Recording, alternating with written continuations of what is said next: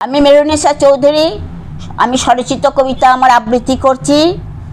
শরৎ শিউলি ফুল, সুখের ছোঁয়ায় বাতাসের ঘ্রাণ, আগামনী সুর ভরা হৃদয়ের গান। শরতের সুখে ঘোর নীলাকাশের বুকে সদাই কল্লোল, শিশিরের ঘাসে ভরা বুক হিমের পরেছে শিউলি ফুলের ঘ্রাণ। আগমনীর গান ভাসে আকাশে বাতাসে, দোলে মায়াবী হিল্লোল। আজও পৃথিবীতে কিছু মানুষের শান্তির জীবন, বড় ভালোবাসায় কিছু মানুষের হয় মিলন। ঝরা কাকের মতো আকাশে উঠছে মরা কই মাছের জলাশয়ে ভাসছে। মাঠে মাঠে সবুজের ফসল, প্রকৃতির সাজে অপরূপে কাশফুলের গন্ধে ভেসে আসে সাঁওতালি গানে সুন্দর ছন্দে। দূরে পড়ে থাকে গাছপালা ভর্তি জঙ্গল।